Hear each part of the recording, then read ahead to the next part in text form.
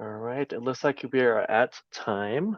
I want to thank you all for joining us for the Around the Valuation World webcast. My name is Chinda Chun.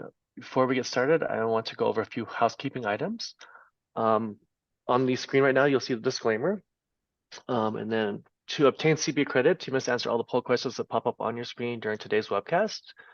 If you have an AVW subscription, CP certificates will be available through the NACB.com portal within 7 to 10 business days. If you don't have a subscription, there is a link in the materials for you to click there and you can able to subscribe for a CPE.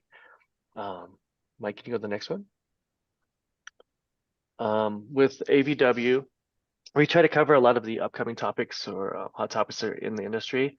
Obviously, we can't cover every single item, but we wanted to provide you with some resources where you can obtain some additional information. We have the Value Examiner, the Quick Read, the Journal of Forensic and Investigative Accounting, obviously Around the Valuation World, and the European Business Valuation Magazine, which is put on by our European chapter.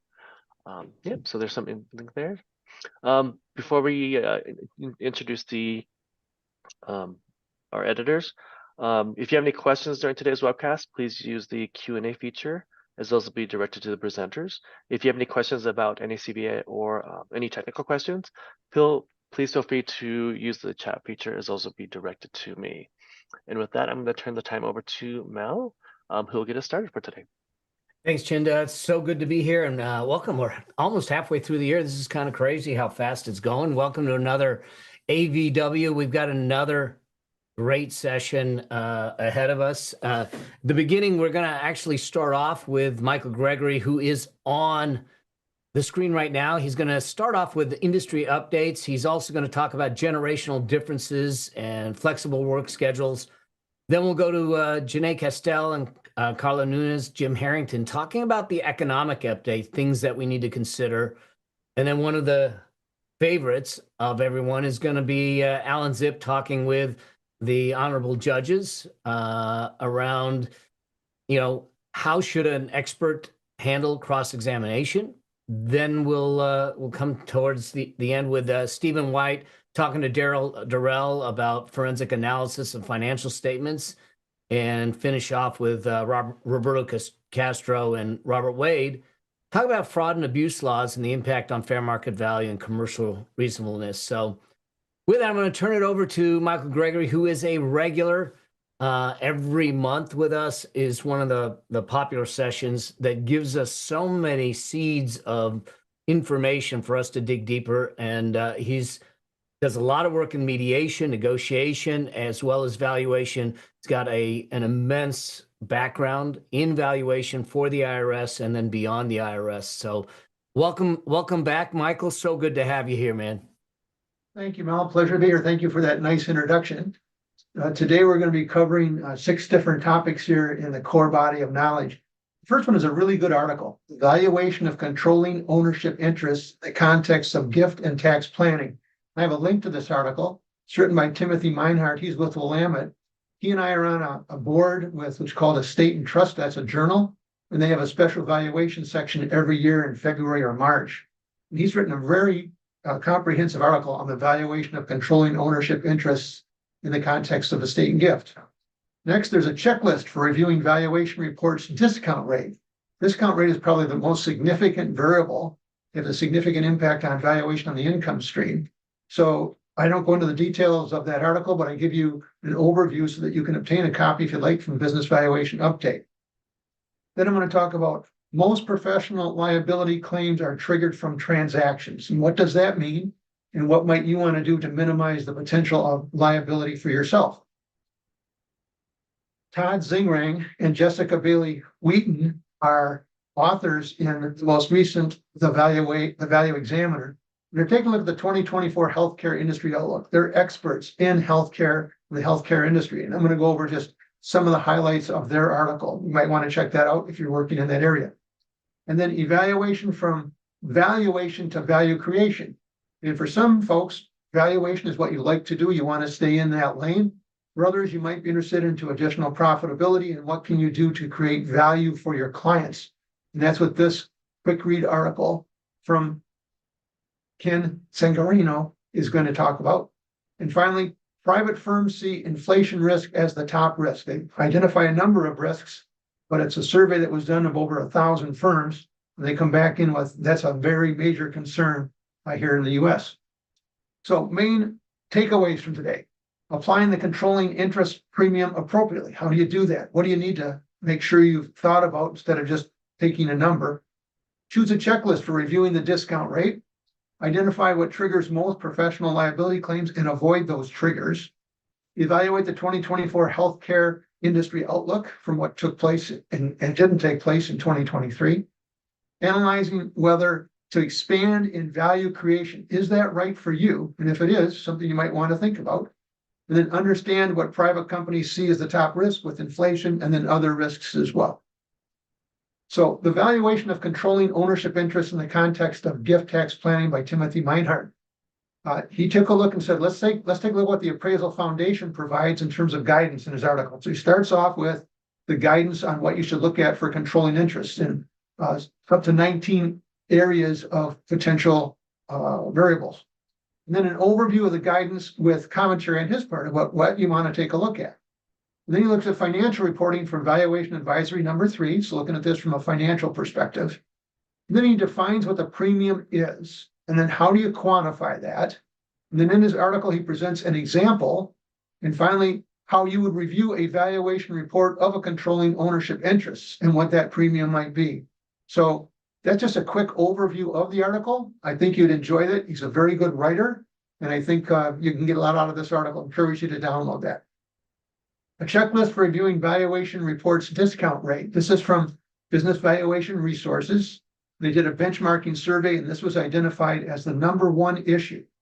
Then with this issue, they have a checklist that's broken down into 14 items, and 9 of them have to do with equity, 3 have to do with the debt, and 2 have to do with the capital structure of the entity. But looking at these items to say, when you review a discount rate, did you take into account these things, and how did you modify your discount rate with the various elements associated with it? And then most professional liability claims are triggered from transactions, an article by Duncan Will. And he found out that transaction risk, that is one that one of the parties feels that you screwed up, you failed, you didn't do your job right. That's 62%. Relationship risk, that's somebody who says, I think you're biased with what you did. You structured this towards a high value or a low value. That's about 24%. And then there's inherent risk relative to the methodology, inputs, and assumptions, and that's about 14% of the potential elements that might trigger someone suing somebody relative to your report. So this article goes into a lot more detail, but what should you do? It says, if you're working with a client and you think things aren't right here, his suggestion is do not just increase the fee, which is what some people do. He's saying just get out of there. Just say, okay, I'm going to disengage from this client because this client could be trouble later on. And if you think that, that's a good idea because quite likely it will be trouble later on. And then they suggest that in your engagement letter that you have a cap on damages. And he said, consult with an attorney. He's not an attorney. He's just making a recommendation to you. But he said, when courts make decisions, if you've got a cap that's 2 or 3 times your fee, not just your fee, triers of fact may let that go with what you put in as the 2 or 3 times fee. But if you don't, the trier of fact is likely to put in a punitive element, and that could be much greater than 2 or 3 times the fee. But if you have that written in there, that will avoid it being any more than that. Again, that's an overview of the article. You can read the article for more detail. And then outlook for the healthcare industry. This is what, again, Todd Zingrang and Jessica Bailey-Wheaton. And they've written a really good article. They suggest in 2023, there was a possibility of changes, but given our dysfunctional Congress, it didn't happen, but maybe something will happen in 2024.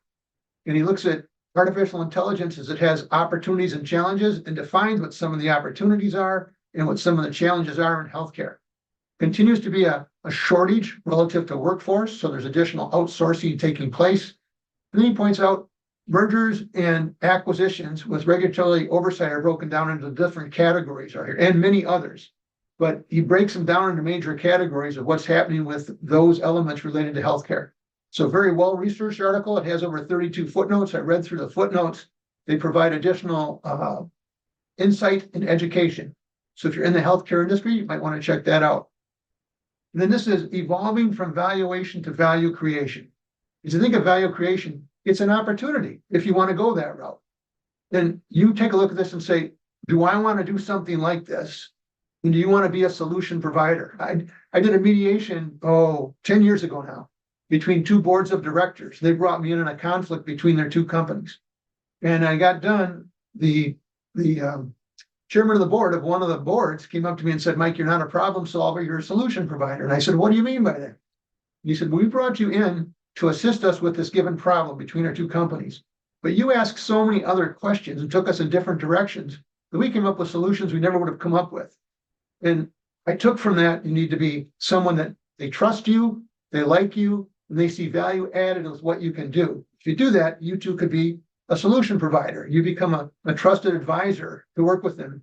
What areas might you do this in? Well, there are 8 primary functions written from this article. Let's think about what you offer besides business valuation.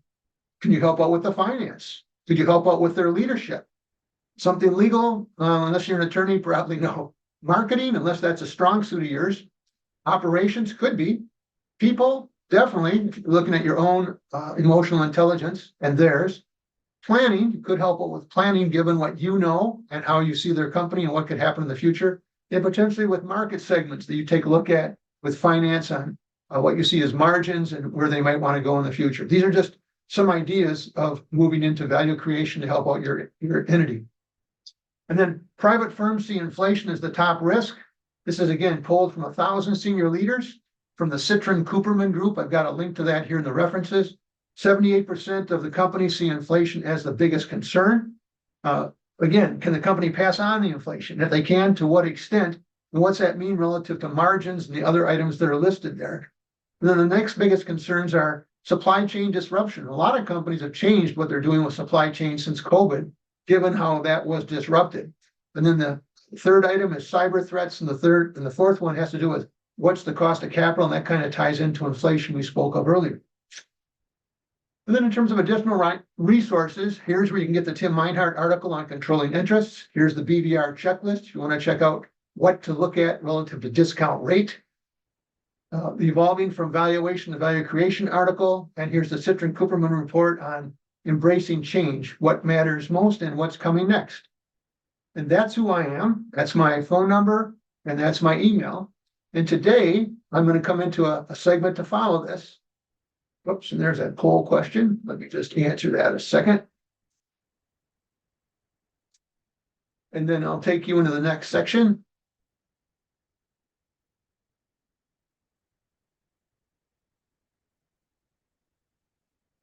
Okay. I'm going to talk about generational differences. And there are different definitions of what these might be on generational differences.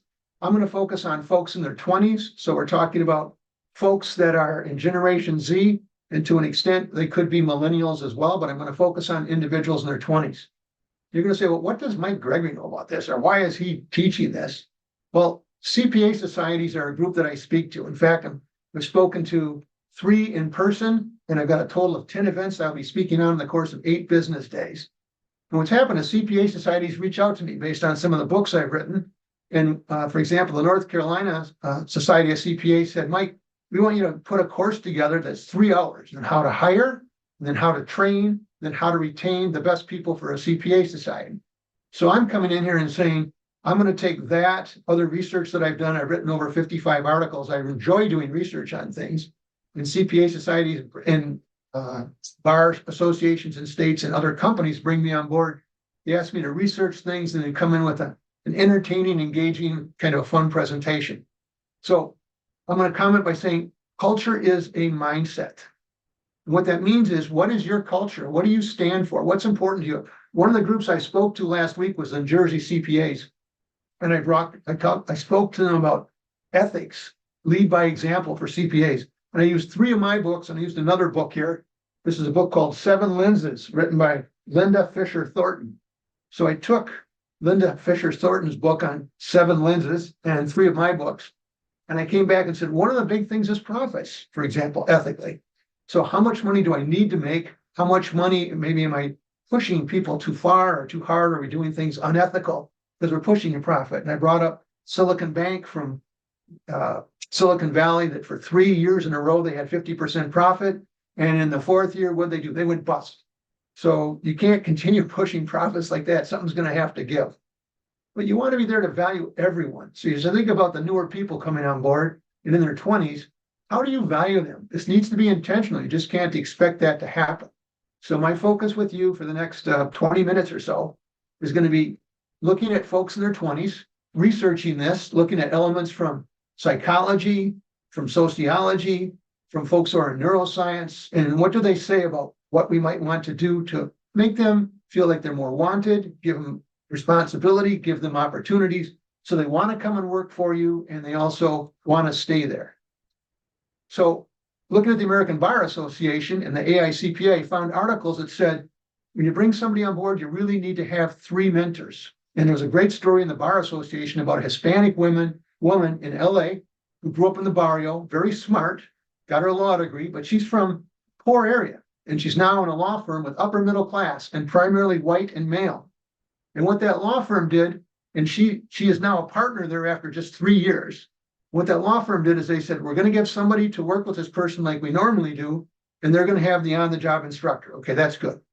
But because the person is of a different culture, she's female, we're largely white and male, we're largely older guys, we're going to have her meet with 2 of the partners every 2 weeks for an hour and just say, how are things going? What's not going well? What are you concerned about? How do you feel that you're here? Are you feeling accepted? Are there things that we can do to help you? And she said that made a significant difference with her at that firm.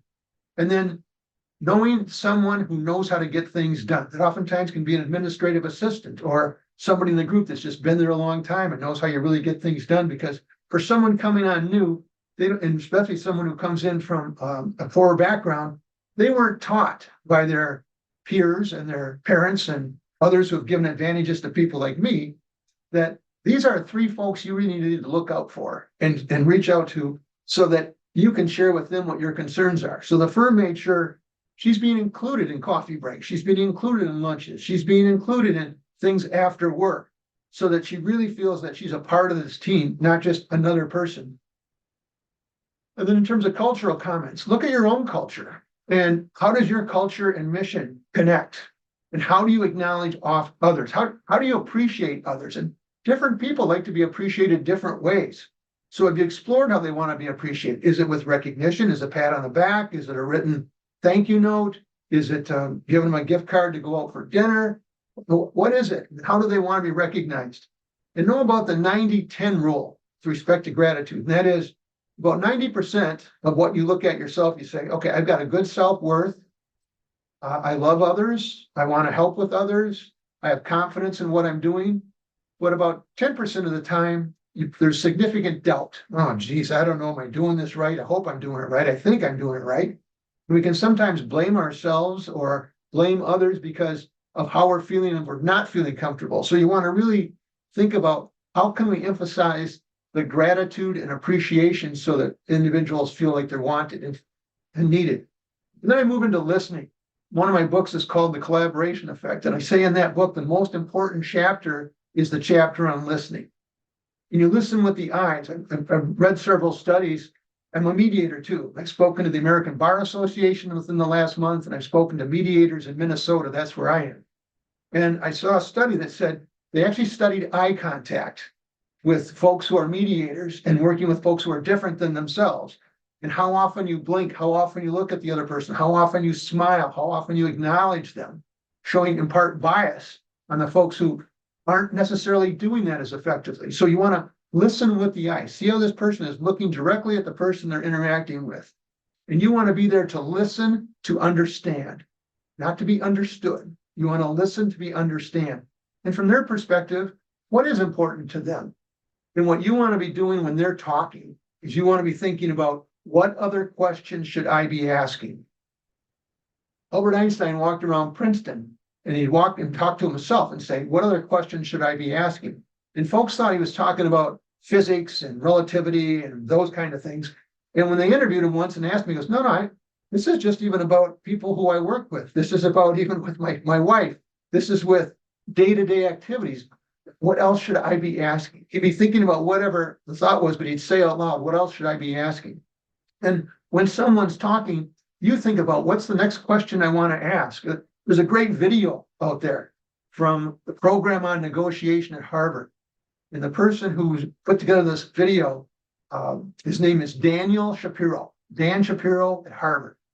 And his video is entitled How to Argue. And it's humorous. It's about a 5-minute video, How to Argue.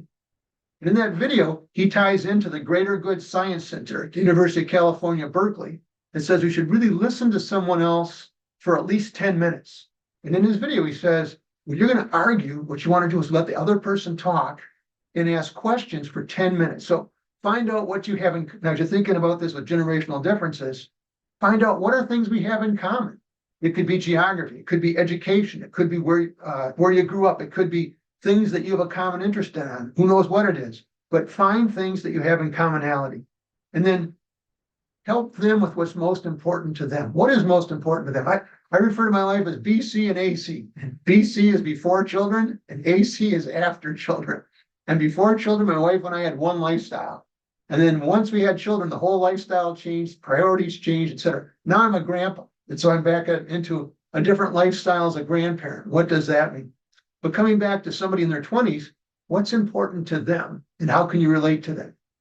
And for listening, I use this acronym. I spoke to these 3 different CPA societies here within the last week, and I discussed listening. I talk about paraphrase, ask open-ended questions, summarize, suspend judgment, empathize, and do not offer advice. Suspending judgment, do not offer advice.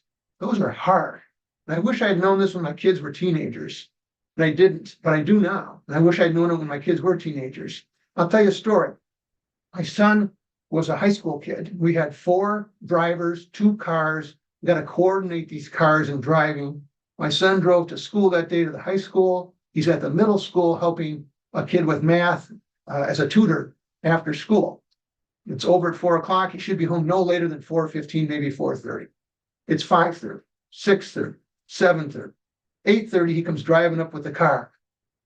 I did not suspend judgment, and I'm ready to give advice as he pulls the car and puts it in the driveway and then comes walking in the house. So I asked him, so where were you? He says, at the high school. I said, so why were you there? And why didn't you contact us? And by the way, we didn't have phones at that time. And so he says, I'm at the high school. I'm mentoring this kid. And at 4 o'clock, I'm done. And the kid says, I'm going to commit suicide tonight. Whoa, for a 16-year-old kid, what do you do? So he said, I just stayed with the kid. We just kept talking. Nobody was there. 8 o'clock, a janitor finally shows up. So he flags down the janitor, they dial 911, a police officer shows up, a social worker shows up, and they took over. Am I proud of what he did? Yes. Did I suspend my judgment? No. Was I there to offer advice? Yes. So I'm going to listen. I now know that if I start to get upset myself and I'm ready to blame somebody, I need to de-escalate myself, take a breath, stay in control, focus. And I need to paraphrase, ask open questions, summarize, and empathize with the other person and listen before I'm going to come in and say what I think we should do. Examples of what's important to them. I was on a panel in December with NACFA at their annual conference in December, and there was a panel of 3 folks who were Generation Z, and they talked about what was important to them. These were some of the examples they said as I was just interviewing. 4 p.m. on Thursdays, I go to a movie with my partner. So I need to be done with work 3:30 so I can be there at 4. It's just something we've been doing forever before I took this job. And it's something I'm still committed to. Or yoga class on Tuesday at 2 o'clock was very important to a person. Or family time, but I'm willing to work as a night owl. That's not a problem, but I want my family time to put my kids down for bed. Or flexible schedule and a minimal commute. So I want to live close to work. You're going to assign me to another office in the metropolitan area. That's hard for me because I'm not looking to make an hour-and-a-half commute when I can have a 15-minute commute. I'd rather stay in the office, which is closer. So those were the things that they said were important to them. In my generation, I'm a baby boomer. They would have said, tough. This is when we work. There were all kinds of people looking for jobs. It was not a problem trying to find competent people because there were all kinds of people looking for similar kind of work. In today's world, that's not the case. In today's world, what's important to them and how can we work with them? And how flexible of a schedule do we need? Or what is a flexible schedule? Well, after COVID, learn what not to do from Apple and Facebook. Apple and Facebook came out and after COVID said, hey, I know you've all been working from home, but next month, on the 1st of the month, everybody's back in the office 5 days a week. Okay, how'd that go? Went over like a lead balloon, went right down the tubes. There was a revolt at Apple and Facebook. They said, okay, time out. We need to rethink this. And they did. And then you can learn from Amazon. What did they do? They came and said, wow, we watched what Apple and Facebook did. And what we're going to do is we're going to say, some jobs are things you have to be at the office. You're working at the warehouse, you got to be at the warehouse. But they also came back and said, every manager, work with your team in what works for you and your team. Should you be in the office 1 day, 2 days, 3 days a week, 5 days a week? You work it out. That was their initial go around. And they did that for quite a while, almost a year. But then they came back and said, we really found people were more productive if they were in the office 2 or 3 days a week. So the folks who, on exceptions, some people still stayed out of the office, came in periodically. But as a whole, the generalization was you will be in the office 3 days a week. And when the SEC came out with their people and said 3 days a week in the office, that went through the whole financial sector. So financial firms that are advising people, banks, other financial institutions, they followed the SEC and said, okay, in the office 3 days a week. But learn from other thought leaders. You need to learn to adapt to the individual needs of folks. You want to be flexible, have an overall policy, but have the ability to have variance from that too. And in terms of compassion says, I'm calm, confident, and competent. You want to be there looking out for your employees. One of my books is called The Servant Manager. The servant manager is one who puts other employees first. And they can tell whether you're authentic or not. You need to be authentic. You need to connect with each other. One of the elements is to laugh every day. So are there things that we can chuckle about or laugh about or have humor with each other to bond with one another? And what are you doing to help the employee grow? Are you bringing them to meetings with your clients or on Zoom with them, with your clients? Are you teaching them how to interact, enhancing their emotional intelligence? And Generation Z, to a large extent, is looking for a greater good. It's not just, I'm there to get a paycheck and do my job and learn. I want to say, am I making a difference in this world? Another individual, I have a mental block on his name, but he went to Oxford, Dr. Matt Bastrom. And he wrote a book. In that book, he says, you hire for character and train for competency. And when you research, and I researched this on some sports research, the best sports team, you look at the teams in the final with the NBA right now, or look at the best teams that, how do they do well in the various playoffs for baseball or hockey or whatever. And the best sports teams, when they recruit, they're looking for the best players who love the game. They're not just playing the game. They love the game. They want to win. They want to play hard. They want to work with other people who are going to have their backs and work hard too. So hire for character and then train for competency. And with that, you want to make sure the individual is belonging. Think about the story I said with the American Bar Association, a Hispanic woman who came from the barrio, and she wanted to belong. And the partners in the firm met with her every 2 weeks to make sure she is feeling like she's belonging. What could they do to make things better? And just have an attitude to do a little bit better every day. 1% better every day for 1,000 days is 1,000% improvement. And when you think about what is it that you have as a slogan for your firm, and I don't know what it is, but these are examples of ones I pulled up relative to accounting and finance. You are more than an asset and a liability. More than just another accounting job, we change people's lives for the better. Making your finances stable, building the future, providing vital services, it's as simple as that. So what is the slogan for your firm? What are you? When I spoke to the grain elevators and associated professionals at their annual conference, and I was a keynote speaker, I researched them first. And I talked to the guy who was at a grain elevator in Kansas, and I said, so what do you do? And he said, we feed the world. Now think about that. Grain elevator in Kansas, we feed the world. He said, we produce grain that's feed that allows people who have very little protein to have more protein because of the feed we provide. We also provide food for people to eat. And in some parts of the world, foods that they cannot get that are more nutritious and allow them to overcome hunger and starvation. So they feed the world. When you think about that, that sounds very powerful. And for someone in their 20s, they're looking for, we're not just another job. What do we do here? Why do we make a difference? Now, for people in their 20s, research on this says 3 out of 4 managers say they're more challenging to work with. They want a job that they can believe in. I just talked about that in terms of the slogan. They want to leave on time because they want to have work-life balance. I talked with a CEO that said, I couldn't believe it. We had something that had to be done. And the guy says, well, I'm done at 4:30. And the CEO said, that would not be my answer to my boss when we got to get this thing out. It'd be, okay, I got to stick around. But he didn't understand this younger person saying, I need to be home at 4:30. This is when my kid's got to get picked up. I've got to pick them up. That's more important than my job. That was a hard thing for that CEO to understand, but that's where he was coming from. They want a creative job that they can influence. They're making a difference where they work.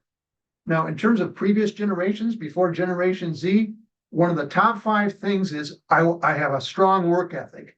And this is the first generation that of their top 5 things, it's not that I want to have a hard work ethic. Rather, they had other things that are more important. And they're taking longer to find a career. And one of the research things I found is a comment that our 20s were your teens. So we take life easier than you do. Oh, we'll settle down by the time we're in our 30s. We'll figure it out. And first generation that's been totally digital, access to the internet their entire lives. They like learning. They're less religious. They don't plan to stay any place for any long period of time unless they're treated well and feeling like they're making a difference. 46% say they're stressed with workload, climate change, and racial equity. And 70% want to reduce their carbon footprint. Very strong interest for somebody in their 20s. They're driven by emotions more so than business results. They want to bring together the groups as a whole. They want to have a purpose with what they're doing. You read that 44% want values to be consistent with the firm and individual. And that compares to the people just a little older than them. 27% of millennials want values to be consistent for the firm and individual. So the younger folks, 44% want values to be consistent. The folks who are millennials, it was 27%. That's a statistically significant increase. And when you look at jobs, on LinkedIn job openings, they're looking at things like mental health, environmental stability, equity and diversity. What's there for career growth? What's the social impact of this? What do they have in terms of work-life balance? So I'm not going to just burn out on the job. So in their 20s, what should you do? You should ask them questions, dig deeper, challenge them. They want to be challenged. Help them grow. Help them learn and be challenged so that they do better going forward. And you want to demonstrate what your values are and why somebody would want to work there. I help all with strategic planning with private companies. And I get in there and I'll say, you've got a mission statement, you've got a vision statement, and you have values. And we go through the values and I'll say, now on those values, which of those would you say your employees say you really believe those? And I've gotten the full bell-shaped curve. I've gotten the answer that this is my firm. I built this firm up. I believe in those values and I want us to live those values. I know the names of all my employees. I care about my employees. If they've got something they need help with, I will help them. On one end of the spectrum. On the other end of the spectrum, I got an answer that says from the chairman of the board, you got to have values. Everybody's got values. We picked out these values. Do we live by them? Well, we try to, but in reality, you can't. So they're there for PR, public relations. Well, think about the difference in values of those two leaders in those two different firms. And then what can you do to help retain people with the type of training they need? And think of the soft, which are now called the critical skills, emotional intelligence, listening, conversation, collaborating with others. And it's, yes, they want to make money, but money is not the main driver. Money, I need a certain amount of money. Yes, I want to get promoted and earn more money, but I'm more concerned with those other items, with training and challenges and learning. So come up with a plan on how often they're in the office, come up with a plan when they're in the office, and do what makes sense. And then just bringing this together, I thought, well, here's a great Jackie Robinson quote. A life is not important except in the impact it has on other lives. And I think that's kind of what we're hearing from the folks in their 20s. I'm going to be around a long time. I'm coming to work for you in this job. And yes, I'm going to do a good job while I'm here and I want to learn and I want to do a good job and I want to see this firm succeed. But, I also want to make sure I'm making an impact on other lives. And that's what some of those other priorities are coming in. So in terms of sources of my presentation today, I did online searches of key topics and have a host of different sources. I looked at LinkedIn. I looked at Dr. Jack Stolzfus, PhD clinical psychologist, on multiple books on launching your children. I looked at some other courses that I've taught, and I looked at some other sources in addition. So that's my comment to you. Thank you for listening to me. And with that, I'm going to pass it back over to Alina, and everybody have a great day. Thank you, Mike. For everyone, you have the next polling question in front of you. And I think we are all worried all the time for technical matters, and those are the skills that we try to, improve. But these type of soft skills are so important for us with these new generations, because we keep telling millennials, but we forget that we already have Gen Z there. And they are just different, and they grew up with us, so we need to learn. And now we have Janae. She's going to be interviewing Carla and Jim. They are going to be doing an upgrade in our economy. They are going to be talking about that. So Janae, great having you here. Great, thank you. All right.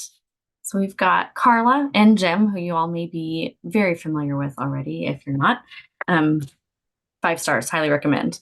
Carla is a managing director in the Office of Professional Practice of Kroll with over 25 years of experience. Carla provides firm-wide technical guidance on a variety of valuation, financial reporting, and tax issues.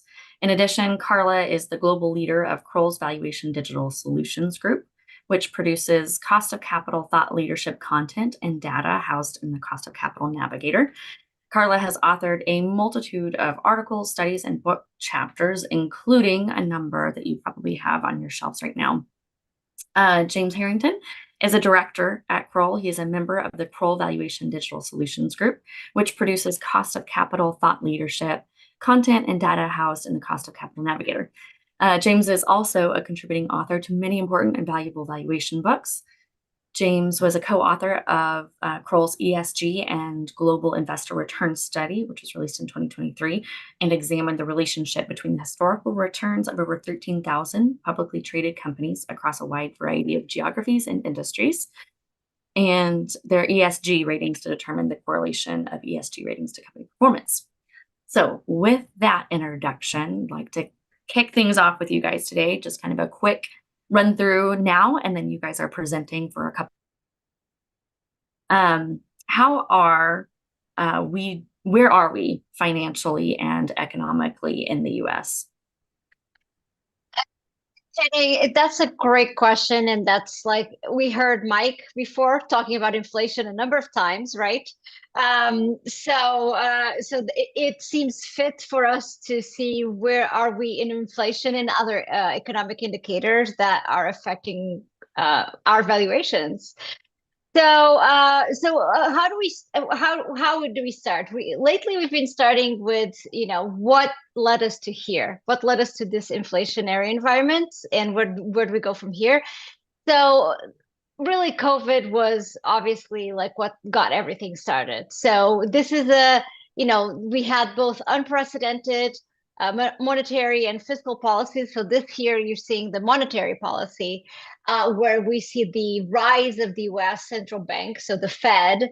It doubled. It doubled in size. At one point, it was at $9 trillion. It has been coming down, but if we could see like at the bottom of the page, and we see January 20, which is like just prior to COVID, and you see afterwards, we're not nowhere near where we were. So there's still a lot of liquidity in the system, despite the fact that we've seen an increase in interest rates. What does this mean? That the government bonds that the U.S. government has been issuing, that they were still acquired, a significant portion were acquired by the Fed. So even though we're now in a quantitative tightening environment, meaning the Fed is letting some of those expire, they still hold a big chunk of the U.S. government debt. And why does it matter? Well, so another big unprecedented measures during COVID was indeed like the fiscal response. And the Bureau of Economic Analysis has recently revised their data on GDP. And so this slide, it might sound familiar, but it's actually updated based on the revised BEA data. Turns out that from 2019 to 2020, our economy in nominal terms only dropped by about $200 billion. And so that is in contrast. But if you look at on the right-hand side of your screen, how much the government's, both administrations, threw at the COVID relief efforts, $5.7 trillion. So now you can say, well, maybe the decline in GDP would not have been so significant had that not been some of these measures. But some of these measures actually came in 2021 when, we already were sort of like in the recovery stage from COVID. So this combined size of the COVID fiscal packages was 26% of nominal GDP, was the highest in the whole world, and in a proportionate sense, and our nominal GDP only declined 0.9%, and we didn't stop there. So we've had more announcements, and this is like reputable sources that we are using to estimate how much fiscal spending is planned or already started by the US government, already unrelated to COVID. And a couple of these sources are from McKinsey, and the other ones are by the Penn Wharton budget model. And we're talking about the Bipartisan Infrastructure Act, the CHIPS, the Inflation Reduction Act, and the student debt forgiveness or loan forgiveness. And we're talking about another $3 trillion of incentives for that the government is spending on, and we have to see our economy is around like $27 trillion or something like that, and so this has a big repercussion. So I know there's a session towards the end today that about a forensic analysis of the U.S. government. And there's going to be a lot. I think that there's going to be some information about the debt and whether it's sustainable. And what economists are now saying is that this path is not sustainable. So what this shows us here is the public held by, total debt held by the public. So it excludes the intercompany, pension, Social Security debt, etc. So the total debt held by the public versus the nominal GDP. And so at the end of this slide, you can see that our GDP is about $28 trillion, and the debt is 27.5. So we're very close to 100%. If you compare that with what it was in the earlier part of like the 2000s, it was only the average debt to GDP was 35%. It started, sustainably rising after the global financial crisis, and now it's in a sustainable path. The CBO, so the Congressional Budget Office, now is saying that, by 2036, it might reach like 160% or something like that. And that has an implication for us as valuation professionals, because if there's too much debt and investors stop being confident about the ability of the US government paying for that debt, they will demand a higher interest rate. And so if the risk-free rate, the treasury yields are higher, that will have a repercussion on the values of companies, right? And on cost of capital. So where are we in terms of growth? We actually, after the COVID, we're showing here quarterly annualized real GDP growth, and as opposed to nominal, and we're looking at since 2021 till now. The 2021 is inflated because we had the declines during the height of COVID when everything was locked down. We had two consecutive quarters of negative growth, but they were not considered a recession because unemployment rate was really, really low. And so far, we've actually been growing at a faster rate than many anticipated. So when Jim and I were presenting these things back into 2022, when interest rates started going up dramatically because of the surge in inflation, a lot of economists started saying we are in a recession right now. We're going to be in a recession in the next 12 months. And every time they have to revise their estimates because we keep being better than we were expecting to be. The economy in the US has been way more resilient than anyone had anticipated. So Q1 of this year was the one that finally has come down to 1.3% as so it slowed down more than people were expecting, given the earlier resilience for the economy. And where is that resilience coming from? Well, guess what? We were just talking about the fiscal policies, right? And the excess savings. So a lot of people got a check in the mail, or they got a lot of money coming in, and that they call the helicopter money, right? And so what happened is that there was a lot of excess savings. There was a lot of money that people weren't expecting to get, and they did. And so they could spend, right? They could go on trips, they could go to restaurants, they could go to concerts, they could buy a washing machine. And so this analysis here is by the Federal Reserve Bank of San Francisco. And they had a certain estimate of excess savings if you didn't have the pandemic. And that was originally the blue line, but then they revised it recently in April. And so they say, according to these estimates, they say, well, we're finally done with excess savings. We've exhausted the savings that you had from the pandemic. And that could spell trouble for the consumer. Because a lot of this was, even for example, if you had a bank account and you had like some savings in your bank, suddenly they were actually paying some interest because interest rates went up. But if you don't have savings in the bank, then you can't take advantage of that higher interest rate. And so that could spell some trouble for the coming months and the coming year, the fact that you don't have all these excess savings anymore. And Carla, if I might, Yes. this might be one of the more important slides that we're presenting today. This, as Carla says, the days of helicopter money seem to be ending. What does that mean for consumer spending? Probably not good. And we're seeing that show up in some of the numbers now. And we're also seeing a little slowdown in the growth of GDP in the most recent quarter. Yeah, excellent point. And so the question is, how does this, impact, for example, consumer confidence? So the June University of Michigan consumer sentiment is what we follow for consumer confidence. And this just came out on Friday. So we were updating the slides like until the very last minute. So you could have like the latest.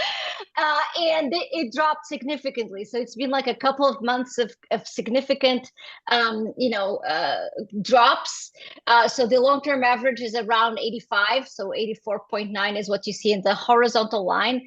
And part of this is because people are starting to see like they don't have a lot of savings, right? Inflation is still a problem. And Jim will talk a little bit more about inflation. And we still have the only saving grace has been a strong job market. And so where are we with the job market? So it has been surprisingly resilient as well. So what we've seen here is, for example, the May results, like 272,000 jobs were created, and it was really above expectation. It was even greater than in April, which is the left-hand side of your screen. But over the last several months, we've seen a lot of revisions on the opposite side, meaning like when the actual numbers actually are released, because these are preliminary numbers, that they've been lower than what originally was announced. So we'll see what happens in May. For the May numbers, we'll know soon. And the unemployment rate has ticked up to 4%. Which is still very low, historically speaking. So if we look at this slide, we see the COVID peak was 14.8%. Before COVID, we were at 3.5%. The 3.5% was the lowest since the 1960s. So we're actually still, 4%. It's not a recession level type of an employment rate. It's still very, very strong. And when people still have jobs, they can still buy stuff, but they can buy less, right? And Jim, do you want to talk a little bit about the impact? Oh, hold on, just one more thing. On unemployment, this is actually a slide that shows you the number of jobs that are available, so job openings, and those are the green bars. And then versus the number of unemployed. This is actually there's a typo there. It should say unemployed, not employed. And that's the blue bar. And so the unemployed, so far, there's still more jobs available than there are people asking for unemployment benefits. The height of this data was actually in 2022. It was 2 jobs available per person. And this is still much higher than historically speaking. Historically speaking, it was actually always below 1. But we are seeing a slowdown. So that last number, the April jobs number, which is the latest available, is 1.2 jobs per person. So there's a lot of signs that the unemployment situation, even though it's still very low, it might start getting worse. And if people's finances don't improve, if there's no increase in real disposable income, then they can't buy stuff. That has a trickle down to companies, because companies may lay off people because they don't have enough demand for their products. Of course, all of this could be changed by AI, or partly, but not for the smaller businesses that a lot of us are dealing with, right? And now I would, Jim, can you take control? I gave you control for the slides, if you are able to talk about inflation.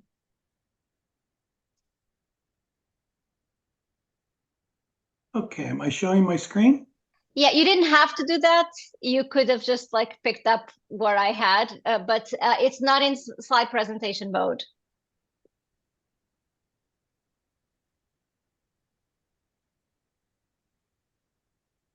Shall I do it again, and then you just move my slides, move my screen? Do you want to do that? Sure. Okay. On.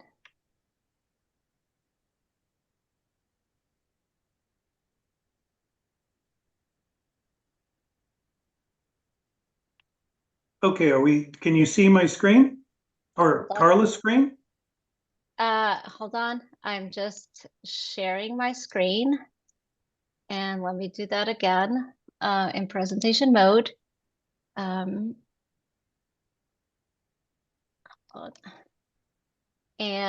I am going to give you control again, okay? Okay.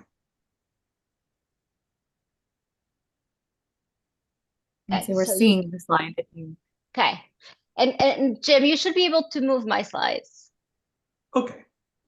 Okay, this slide demonstrates the truly historical nature of the inflation that we're experiencing and have been experiencing. Just a moment.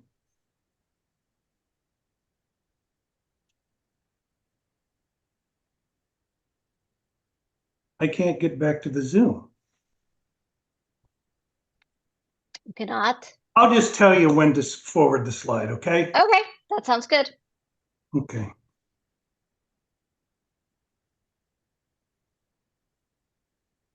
So we're at the 12-month percentage change CPI versus core inflation since November of 81. Okay, this slide demonstrates the truly historical nature of the inflation that we've experienced in the last couple of years, 3 years. The over 9% 12-month percentage change the headline CPI reached in June 2022 was the highest it had been for over 40 years, and the 6.6% 12-month percentage change to core CPI, which excludes the volatile food and energy components in September 2022 that happened, was also the highest that had been seen for over 40 years. Next slide.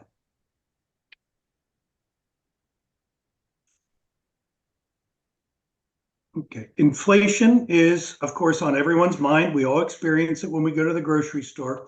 These are the latest readings from the Bureau of Labor Statistics for the 12 months ending May 2024. 3.3% is, of course, much lower than the 9% we hit in June 2022. So the rate of increase has decreased, but inflation is cumulative. That cumulative effect is why more than half of Americans, according to some polls, think the US economy, they describe it as being in recession. So let's dig a little deeper into the numbers. Next.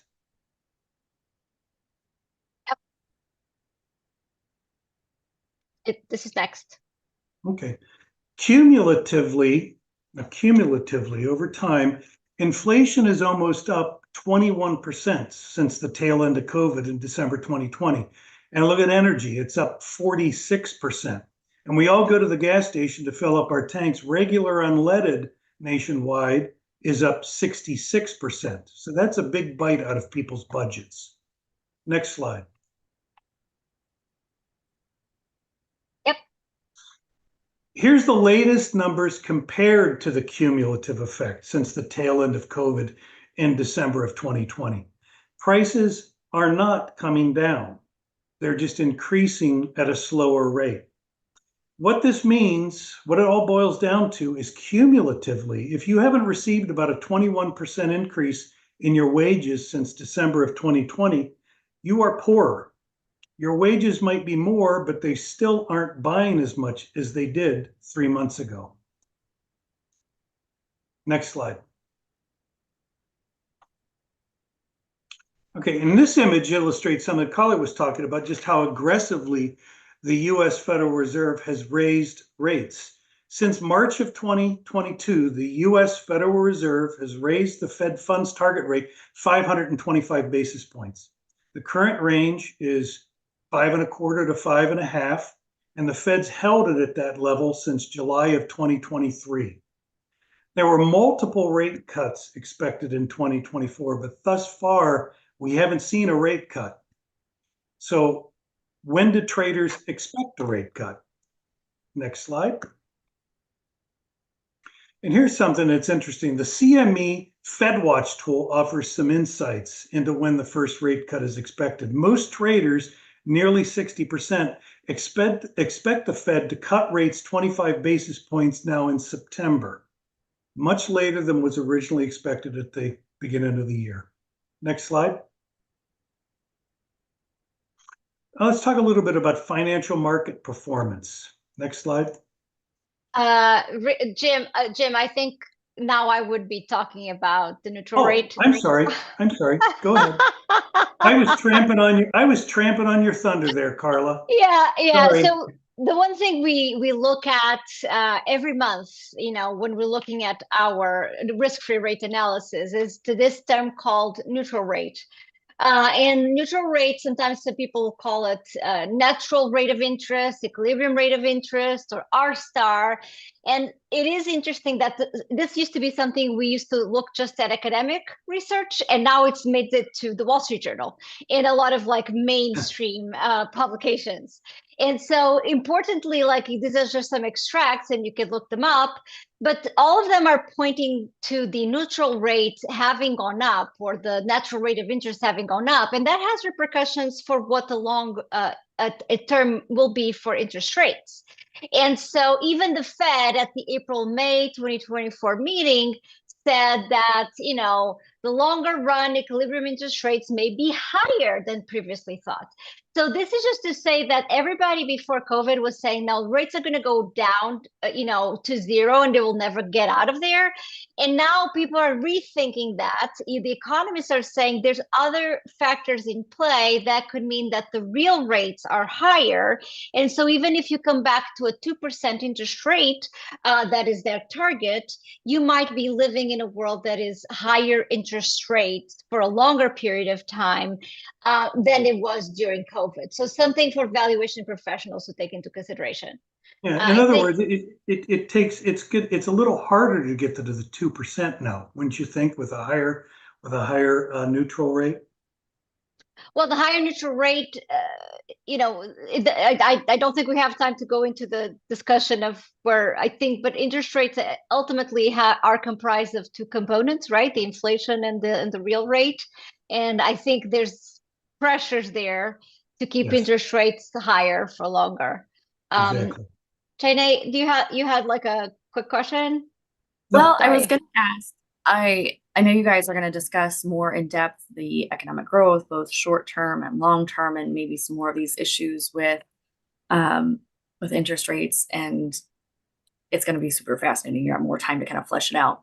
I know you're Yeah. also going to talk Go about ahead. like the election year. And so I think this will be a really excellent discussion. We're at, I think, our time. So for the AVW, this is all we've got. But of course, as always, it's been immensely interesting and helpful. And I look forward to this afternoon's presentation where you guys will really get into this and so much more. So this will be like you have the slides, so it's things that you can use, and we have some teasers on like what to do. What happened in a year of election. We hope to have some of this same information later in the year, like in a super conference, and then this afternoon is more about the theory versus practice of using the data sets in the cost of capital navigator. It is available for free. So if you care to join us this afternoon, we're very, very happy to have you join us. Yes, highly recommend. Awesome, as always. Thank you all for giving your time. Thank you. Thank you, Janae. Thank you, Carla and James. So good to have you here. Another polling question is up currently, so make sure you're answering those polling questions to get your full continuing ed credit. Our next session is one of the more popular sessions every month, which is with our honorable judges. Alan Zipp is going to introduce the judges he has with him today, or the judge it may be, and they're going to have a bit of a conversation around cross-examination. I'm looking forward to this one. Alan, welcome aboard. Oh, we've got Judge Platt with us too. So good to see y'all. Alan, I'm going to let you take it away. Well, that's great. Thank you so much. Judge H, Judge Platt, and we're missing Judge Driscoll only because he said he had a 2-week trial starting today. What I'd like to do today is focus on cross-examination from the point of view of the expert witness, and you judges give us some guidance. Now, I have to admit, I am unable to share my screen. I don't know how to do that. Oh, wait, there it goes.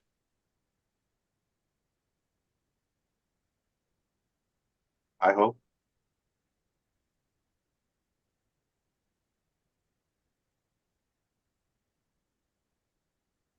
I probably turned off the computer. I am technologically a dinosaur. Oh, no. Now it says you started screen sharing. Is it working? Can you see it, the screen? It's coming up. There we go. Now we can see it. Okay, wonderful. Then let me what I'd like to do is get a preface to what, now I can't get it to go to the next slide. There we go. Okay. How should the expert witness handle cross-examination questions? That's the subject, and any tips you can give, and I'm going to just talk for a minute in the beginning to try to set a premise. Right here, there are two basic purposes of cross-examination: to elicit favorable testimony in support of the cross-examiner's case, or conduct a destructive cross-examination to discredit the witness or his testimony so the judge or jury will disregard the opinion. Two opposites, apparently, but they're both used. Now, I want to give the participants just a background of what they teach lawyers in law school. And of course, the judges, you can embellish this, but they teach lawyers on cross never to ask the expert why or how, and only ask leading questions, in fact, brutally leading questions, and then use statements of fact. Isn't it true that? and just don't give them the expert an opportunity to explain, and just never let the expert explain anything. Then chip away at the foundation of the opinion and focus on the weaknesses. The expert is taught to answer questions yes or no, or I don't recall, or I don't know, which means you never knew, or I don't understand the question. Okay, with those predicates, can the judges, will you please comment as I go through this, and then I'll get to some examples of tricks or things that are not really effective in terms of what we should be doing.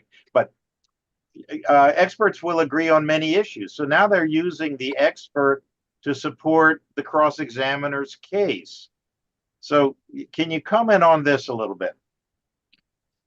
Well, let me start. First of all, I want to make sure we don't cut Judge Driscoll too much slack because of his trial. I'm on vacation at the beach right now. That's why I'm as tired as I am, and I still showed up. So I want that noted for the record. Now, to turn to your question, what I would say is that almost all cross-examining attorneys are taught, as you say, over and over again, Alan, to ask questions that elicit a yes or no answer. And a lot of experts try their best to not answer yes or no because there's no way to really answer it yes or no. What I always suggest to witnesses is yes, but, or no, but, and then fill in an answer behind it. The jury and the judge will get frustrated if you are asked a yes or no question and you don't say yes or no. You just launch off into some soliloquy. But as long as that soliloquy is preceded by the word yes or the word no, and then but, you're going to get a chance to say what you want to say. So that's just a little bit of practical advice about how to handle those questions. I would just emphasize what Judge Yates just said, and another way of doing that is, again, answer yes or no as you requested. You're going to get into a fight with some more aggressive attorneys who will try to continually limit you to that. And I will say, if you're an expert witness and you've been through your entire cross-examination and haven't done anything other than say yes or no, you probably haven't been very effective. Agreed. That said, besides saying is once you say the yes or no, and then say if you need to, and particularly if you're in a battle with the attorney, you speak to Your Honor, my answer cannot be accurate or complete without an explanation. May I explain? The attorney will then say, perhaps if he's overly aggressive, yes, or objection to that. That's not my question. And 99% of the time, most judges will say, yes, you may explain now that you've answered the question, yes or no. Great. Should we as experts turn to the judge when we want to say more? Is that our approach? Should we do that, or should our retaining attorney do that? I'd say it's your prerogative in extreme cases to turn to the judge and ask for guidance, but you don't want to do that after every other question. Only when it really is a situation where you feel that you're going to be limited to yes or no, and that's just not in any way a sufficient response. I would just add, I couldn't agree more. That said, I don't want to skip over the fact that the first instinct of any good attorney with opposing expert is, let's see if we can knock him or her out of the box completely, which means the subject of the motion to eliminate, particularly with Daubert spreading throughout the states, including some in my own where it wasn't there 2-3 years ago. That is something that should not be ignored in the preparation stage with retained counsel and otherwise. And as we know, there's 3 ways to knock out an expert witness. One is the qualifications themselves. 2, if that doesn't work, then the next question is Daubert, which is the method, essentially a quarrel with the methodology, with a different standard perhaps than there was before that. And the third one, which is increasing because of Daubert, is to focus on the input, the information that the expert is using to form his or her opinion as either being insufficient or incorrect or both. And I would tell you, I've been to some training for judges recently, at least in my state, and I think around the country. You're going to get questions on the input and what did you base your opinion on? You're going to get AI questions. What role did it play? What did you do? Where did you get the information? And was it utilized in an attempt to discredit the expert as somebody who doesn't realize what he or she is using when AI plays a role in the formation of their opinion? That's great advice. So we need to know the source of our data and its reliability. Yeah, one of the common questions is you got your data purely from opposing counsel, correct? And if you don't explain that doesn't necessarily mean what it sounds like it means, a lay jury is going to sit there and go, well, they're only getting their information from one source. Well, maybe that's the only way they can get the information. You meant retaining counsel. The Retaining opposing counsel, right. Okay. And that is true, that's where we get our information. Well, but the layperson doesn't know that unless it's explained. They think you should have gotten your information from everybody. And so that better be a part of any explanation to that type of question. Thank you, Judge Platt. On the screen, I put a number of elements to discredit the expert. Could you comment on any of these that jump out at you, other than the Daubert questions? Sure. First of all, I think that all of these lines of attack go to weight, not admissibility of the expert's testimony. Daubert's an extreme example of what to do if you want to contest expert testimony. But the general inclination has always been to err in favor of allowing experts to testify and say whatever concerns one may have about their testimony. It goes to the weight of the testimony, not to the admissibility. Now, beyond that, I would say that when you're cross-examining, it's really tough to assume, for example, you're going to get into prior bad acts. I would distinguish that from prior testimony the expert's given that may be at variance with what they're saying at this trial. And you do need to be mindful of the fact that if you've testified a lot as an expert, there's a very good chance the other side has transcripts of your other testimony, and that can be used against you. But I don't think you ever have to worry about some checkered past you may have that could come up. As far as interest goes, if you're getting paid to offer your opinion, don't shy away from that. Don't apologize for that. You say, I charge my traditional hourly rate in this case of however much it is, and that's what I charge for all the professional work I do, whether as a witness or otherwise. That's my standard fee. I've seen lots of experts get nervous and uncomfortable when they're asked about how much they're charging, and I don't think you have to apologize for that. I'll let Judge Platt talk about some of the other ones if he cares to do that. But I just want to finish with one point, which is the same as whether you're getting paid. If you always testify for one side or not the other, you're going to get attacked for that for certain. But particularly in commercial litigation, it's pretty common that you would testify for plaintiffs as often as defendants and defendants as often as plaintiffs. If that's true, say that. I testify for both sides about the same amount. It's very helpful. I agree, and I would emphasize what Judge Yates just said. Explanations are important, particularly when the audience is the jury. Probably not as important particularly if it's a commercial judge who's got some experience and knows what Judge Yates just said without being told. But you can assume the jury doesn't know that, and they need to get told that. And in addition, so don't shy away. And again, most judges are going to allow you to do that because they're interested in the jury and so forth. In the world that I live in, where you have arbitrations that are increasing at a rapid rate, you may well be talking to three arbitrators and depending on their background, and you should know who you're talking to.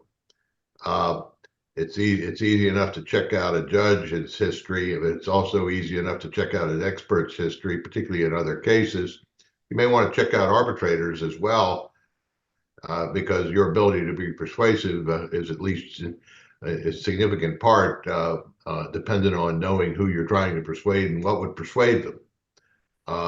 So jury, judge, arbitration panel, single arbitrator, triple arbitrator, any of that matters. Most of what these fundamental issues to discredit are going to go to the weight of the evidence, but of the testimony. But explanations are key to not allowing that to discredit. I also say some really experienced expert witnesses. I had a psychologist when I was practicing that I used to use frequently, and he would walk in and look at me, any problems? And I would tell him what the problem was. And by the way, preparation is you should know what the problems are going to be before you get there. But he would say, okay, I'll take care of it. And I'd say, you want me to ask questions? He'd go, no, I'll do it on cross. Wow. But most experts, not all, but a lot, could not do that and have any confidence that they will succeed. But he would find a way to say what needed to be said, regardless of what the question that was asked was. And only a very good lawyer would figure out what he was doing before he did it. Good point. On the bias question, Judge Driscoll said a few months ago that even a biased witness can be helpful to the court. Can you elaborate on that in terms of what happens when we're accused of being biased? I think that typically when I see bias attacks that are fairly effective, they have to do with testifying for one side or the other. In divorces, you always testify for the wife.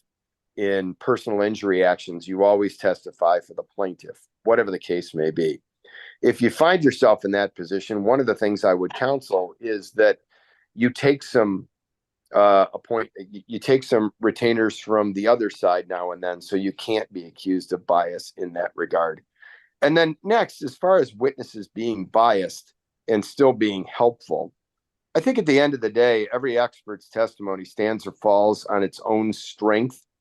And even if I know that somebody's always testified for the plaintiff in a personal injury case, if they really know what they're doing and they can explain in a cogent way their theory of an accident reconstruction or whatever the case may be, or medical malpractice, I'm inclined to accept that testimony without discounting it very much, because it strikes me that it's not the direct result of their bias, but rather that they're sought out by lawyers on that side because of their ability to explain clearly and concisely what happened in surgery or in a car accident or what have you.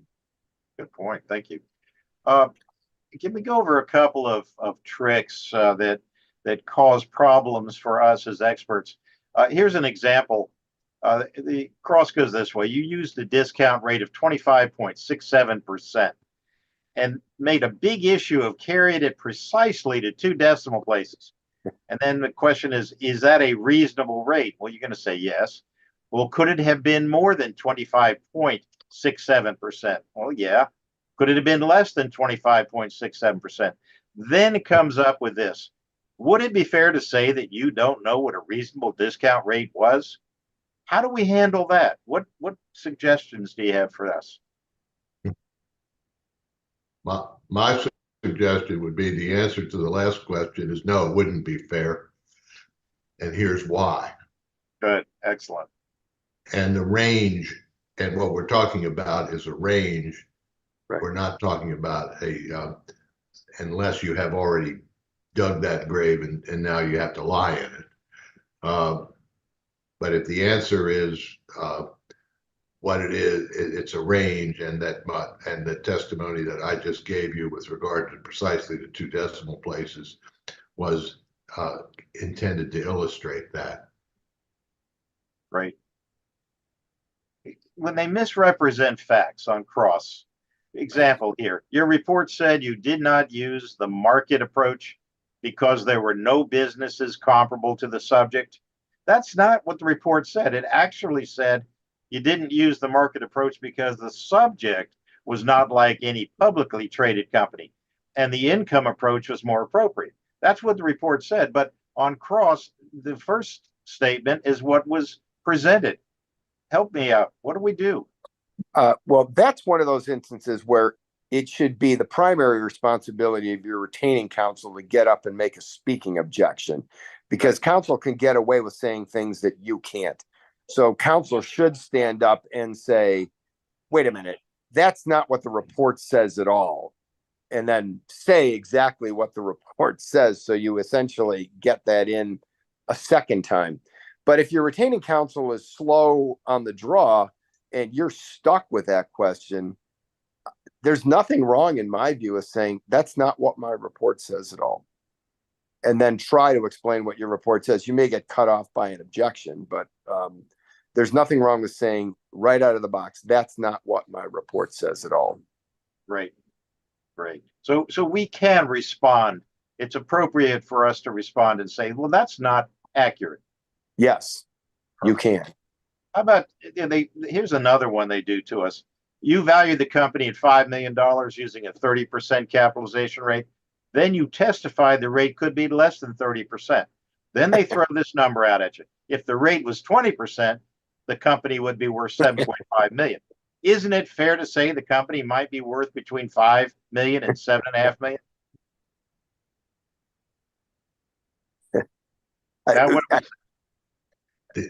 I think the answer is the same thing. No, it wouldn't be.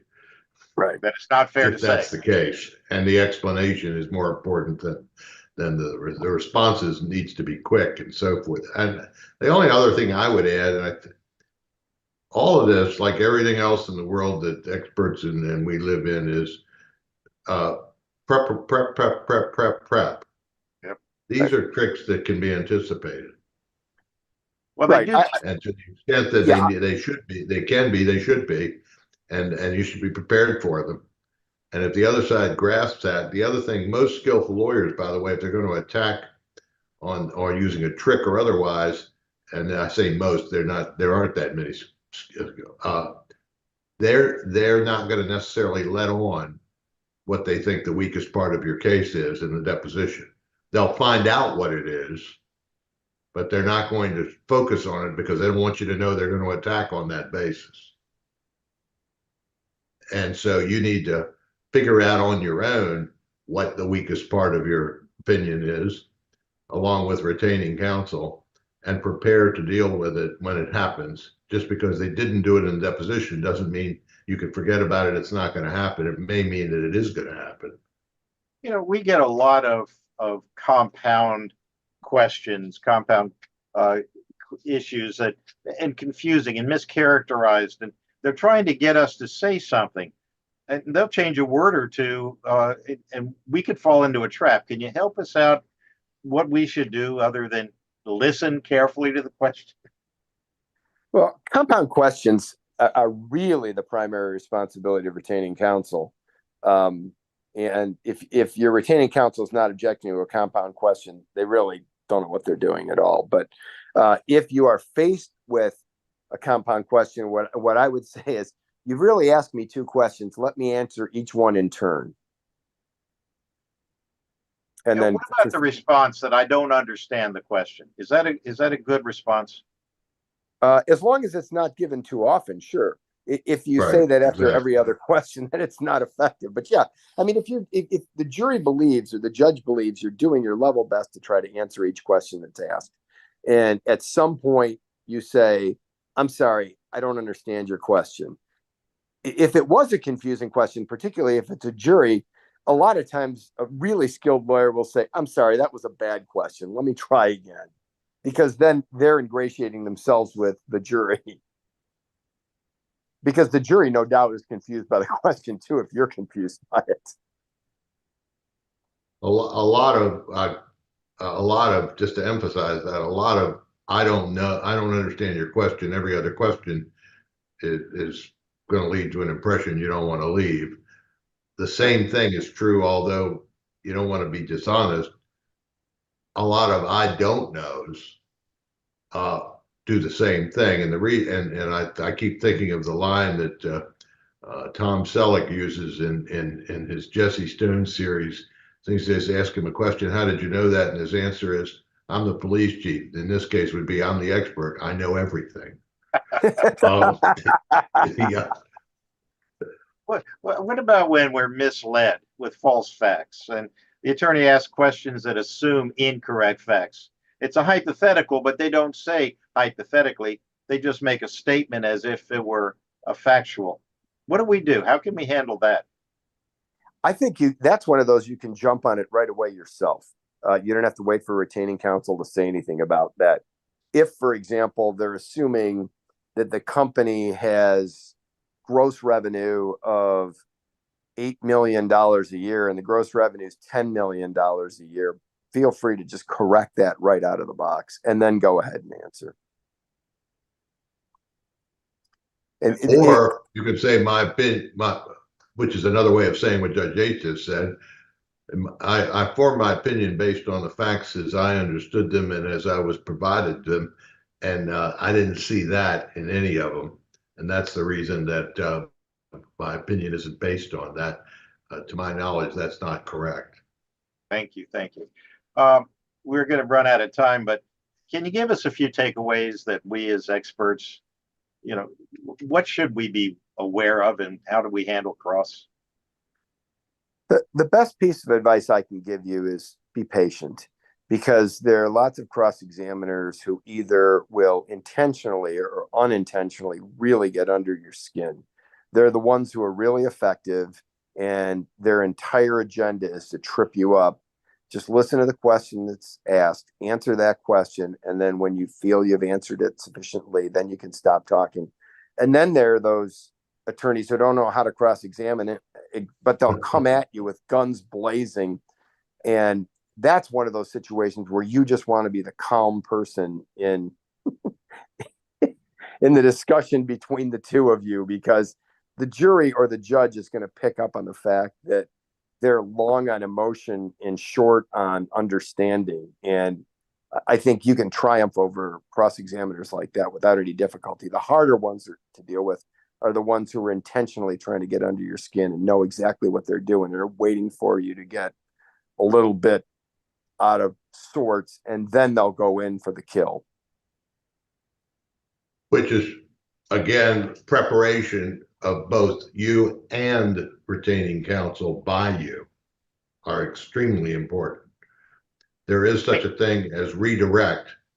There's also what Judge Yates was describing as poor cross-examination. I always refer to as what I call the "oh yeah" cross-examination. Like the "oh yeah" is said in a tone like, "How could you possibly believe that?" And that's intended, but prepare your lawyer, the retaining counsel, to redirect you if he needs to. And prepare generally for the tricks and so forth and so on for cross. Again, most of this can be anticipated by knowing who the opposing counsel is going to be, who it is that's going to be cross-examining, their level of experience, their knowledge, and their ability to do with some of the things we've been talking about. And again, don't necessarily cue off the deposition. If they're transparent, great, but don't assume that you can assume they're trying to figure out what your weakest point is and they're going to focus on it. And because they don't do it doesn't mean you don't need to worry about it. Judge Yates, Judge Platt, thank you very, very much. Mike Kaplan is going to come on. He has some experience and he gets a 5-minute segment now. So if Mike Kaplan is on, I don't see you, but thank you, Alan. Thank you, judges. I'm going to mute. Thanks so much. I am here. Can you hear me, Alan? Yes. Okay, very good. This topic is something that is very near and dear to my heart. By matter of background, I have served as an expert witness in approximately 300 trials, probably a few more than that. and it's spanning a period of about 48 years. And there are a few things I've learned in my experiences as an expert. Number one, I've learned that, as Zach Myers, our esteemed colleague, teaches, maintain unimpeachable neutrality. When we are on the witness stand, we must never lose sight of the fact is we are there to help the trier of fact, to help the judge, to help the jury understand the evidence. We can think of it as our client.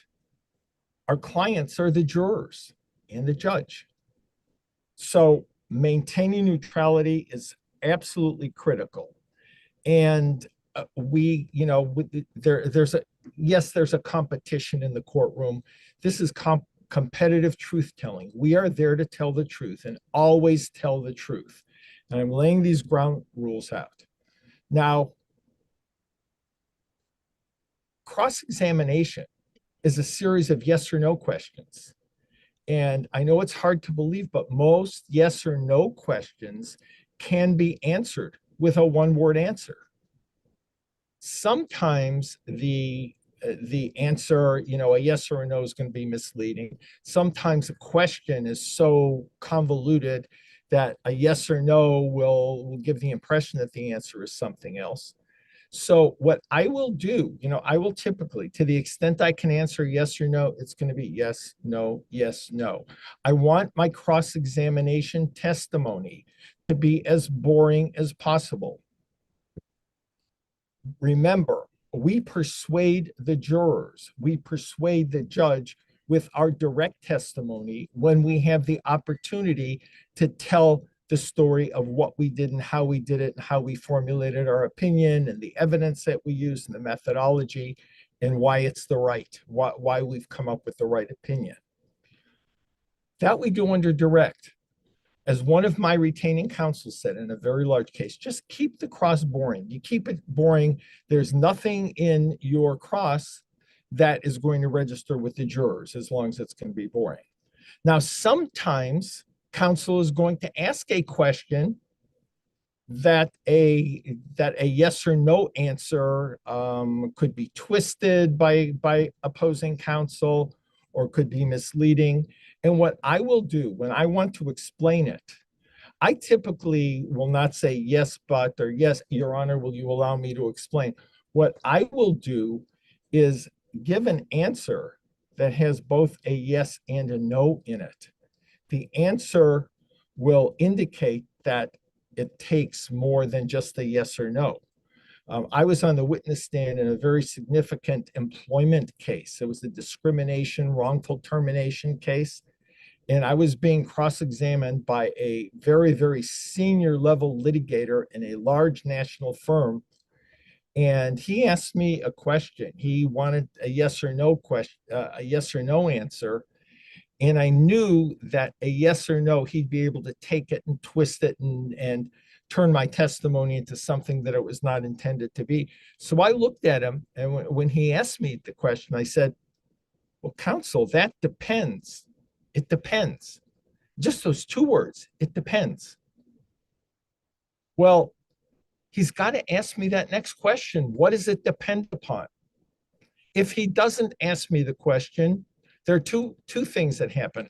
The jury will be wondering, or the judge will be wondering, what is it that he is trying to keep from them? What is it that opposing counsel is trying to keep from the trier of fact if he doesn't ask the follow-up question? But he knew when someone asks a question and gets that yes-no answer, counsel knows that if he asks a follow-up question, that calls for a narrative. And this guy just mumbled under his voice. He said, well, what does it depend upon? And I'm thinking, yes, he took the bait. And I looked at him and I said, counsel, I'm glad that you asked me that question, because I had the very same question when I was doing my work. And this is the research I did, and this is who I talked to, and this is what I concluded. Well, I just had the opportunity to explain it in the way that the jury will understand it, in the way it was intended, and not in the twisted way that opposing counsel wanted to use it. Now, there are a number of different yes or no answers that we have. Yes and no answers. It depends is one of them, or a yes or a no would be misleading to the jury. Here's one that is powerful. Well, that's not totally correct, counsel. And then I just shut up. And then he's got to decide what he wants to do with it. And if opposing counsel doesn't ask the follow-up question, I just alerted my retaining counsel to ask me that question under redirect. It's important under cross-examination that the expert maintain the same demeanor that he or she had under direct examination. Don't be very relaxed and open under direct and then tighten up and become tense under cross. The jurors can read that. So maintain the same demeanor. And as my, and another thing, have enough confidence, enough reliance on your retaining counsel to clean things up that need to be cleaned up. But yes or no answers, just very, very monotone yes or no answers, will typically go over the heads of the jurors. They just won't register. They will not get the jurors to think. I mean, it just won't be meaningful. You want your direct examination and your compelling persuasive story, persuasive testimony to be meaningful and powerful. But under cross-examination, keep it boring. Yes or no works just fine. If you need to explain it, throw out the open-ended question, the appropriate question, and you'll get your opportunity. And if opposing counsel tries to shut you up, the judge will likely say, counsel, you opened it up. And anyway, I've got a lot more to say, but I know that I'm out of time, and thank you very much. Back to you, Ellen.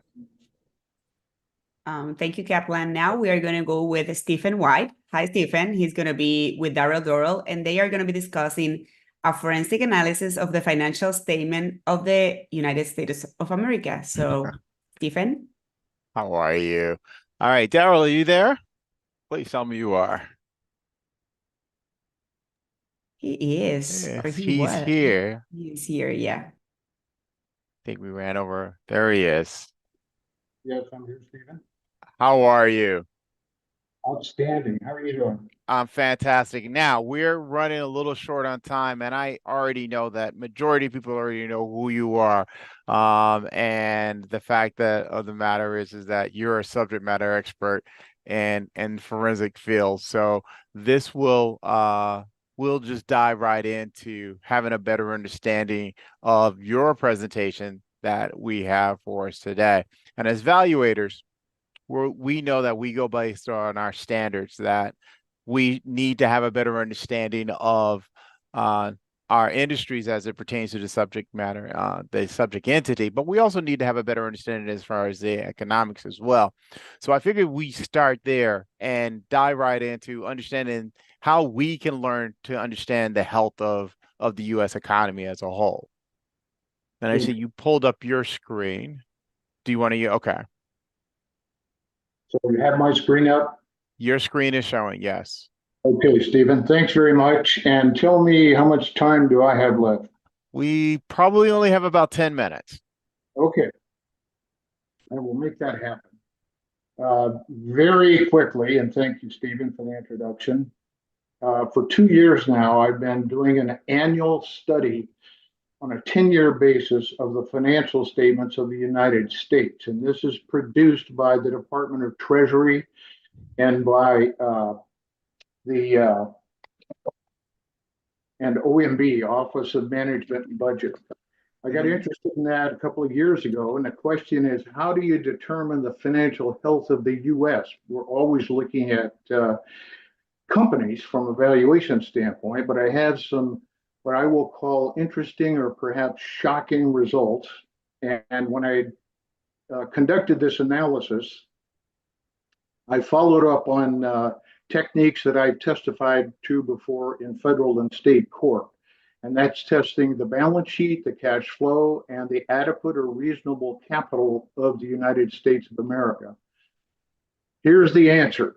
The United States is insolvent, and that's as measured by the last 11 years. The insolvency is worsening. We have a record US debt limit. We have record interest rates. And for those of you who are wondering about the insolvency, the financials are audited by one party. It's the GAO, the Government Accountability Office.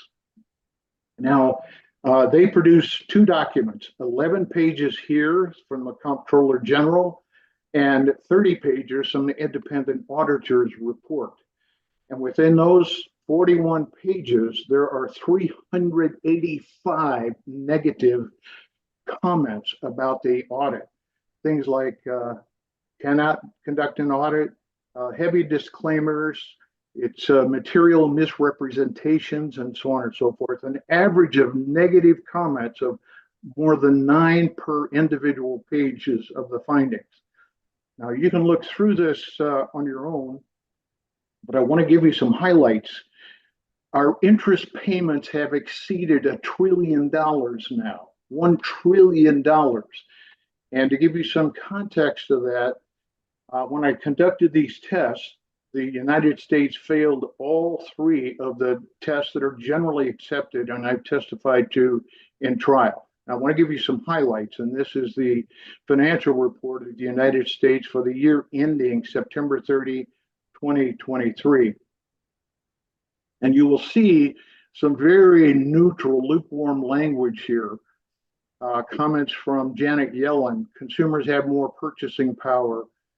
Inflation is not the matter it was before. Just absolute inconsistencies or incorrect comments, if you want to call it that. I'll be kind about it. And to give you some highlights, here it's the last 2 years, 2023 fiscal, 2022 fiscal. And notice we brought in about 7.8 trillion, about $7.9 trillion that we spent last year, and about 9 trillion the prior year, compared to what we brought in, which was about 4.4 trillion and 4.9 trillion.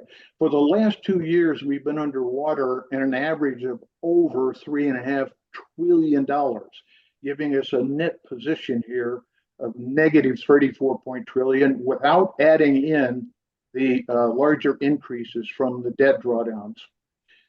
Also, here's a highlight. You can go to GAO's findings. They're very critical of our financial condition.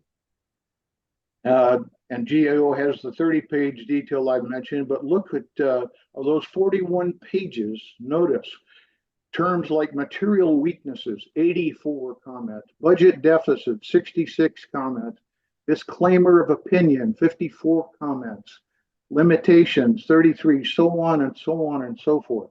What they're saying is our financial condition is an absolute disaster and only getting worse. You will recall that the debt limit was erased several months ago, and I'll let you look through this. But here's a comparison. Here's the balance sheet summary. And remember, these are from the federal government's own numbers.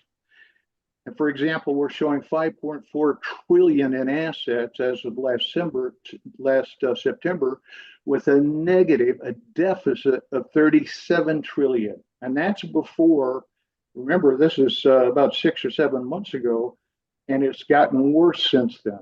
It's bumping 38 trillion. And here's the detail, if you want to look at it, and to give you another perspective on it.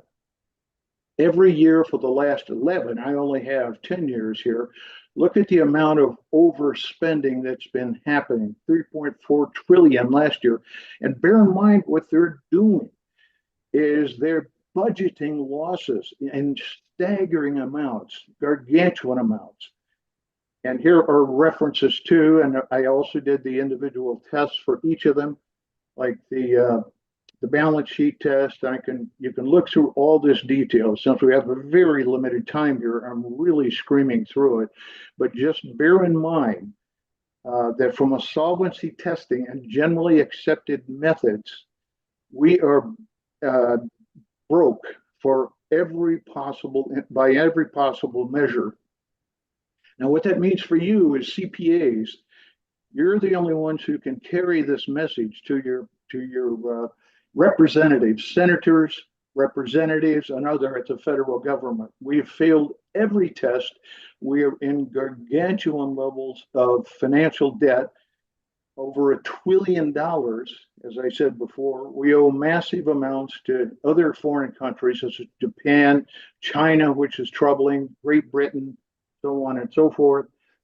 And consequently, it's up to you as CPAs to help carry this message, which is what I'm doing. I've given this session perhaps 7 times now throughout the country, and 2 CPAs, mostly and accountants who have understanding, to ring the alarm. And there are only 3 things we can do to improve things. Reduce the use of personal and entity tax burden, as you might expect. Where that went. Reduce the bureaucracy cost, reduce the headcount, and so consequently, since we are in disastrous, and I mean calamitous financial condition by every conceivable measure, we have to change things. And we're the best group to be able to do that. We can carry the message, we can explain the details, and not just sound the alarm, but make changes. Reduce employee headcount, get to the senators and representatives, reduce the tax rate, and get some fiscal sanity with respect to the decisions being made by the so-called decision makers. And I haven't said one word about a political party. They are both culpable. So you CPAs need to carry that message. Okay, Right. Steve. No, you're spot on, and unfortunately, we had to cut our time a little short. But there is a question in there. But in the chat box, before I go into, I'm glad you mentioned that. I think we have to, as analysts, evaluators, CPAs, we all have to eliminate from just listening to the talking heads on the different networks that are out there and really dive into these reports that you were just referring to have a better understanding of exactly what's really going on in our overall economy. But there was a question in the chat box. Do you think the U.S. is pushing for digital currency so that they can somehow erase this debt? Answer to that is probable. But still, it gets down to what is the dollar and what it's worth. Whether it's digital or paper, it doesn't matter. We are in serious financial trouble. Mm-hmm. And the only way to get out of that is to reduce spending, cut heads in the federal government, and of course, increase the gross domestic product. Keeping in mind that they have been reporting to us for 40 years about this data. And read for yourself, material weaknesses, budget deficits, disclaimer of opinion. This is from the GAO about the government's own so-called financial condition. So I hope that answers, Stephen. Right. And one last question, the GAO statement, if someone wanted to find this, where would they go? Just type in the fiscal 23 set of financial statements from the United States. And there are different ways to come to that and arrive at. In fact, look at this. Let's find this. Yeah, here we go. Right here. Just look for the financial report of the United States government. They're all about 250 pages. I've studied all 13 of them in the last few months, and they all are disastrous. It is shocking to think that they have actually told the truth about this. So it's up to us as taxpayers and financial experts to sound the alarm. And it's always good to know what you don't know. And I think we encourage more people to spend the time to read over this information. I do appreciate you taking some time out today to share this. We joked about this, is this a doom and gloom or is it an awareness? So I like to look at things as a glass half full. So I'm going to say this is awareness for us to get out there and do something positive moving forward. So I do appreciate your time. Elena, I'm going to turn it back over to you. Because I know that we have another you group. got me. You got me. Oh, I Steve. got you now, Mel. Mel, that's fine. Sorry about that. All good, man. Thank you all. Sorry for cutting you short. When someone goes over like that, it does that, unfortunately. So we're gonna try to get to our last session with Roberto Castro. And I'm gonna just let you jump right into it, Roberto. Introduce your guest, Bob Wade, so we can get as much of his good information as we possibly can.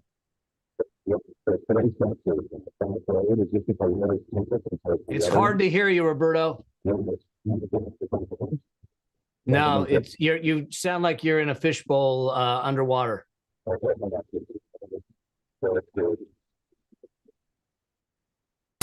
Better. That's better. There you go. Perfect. Yeah, so we have a lighter topic today compared to what we just covered.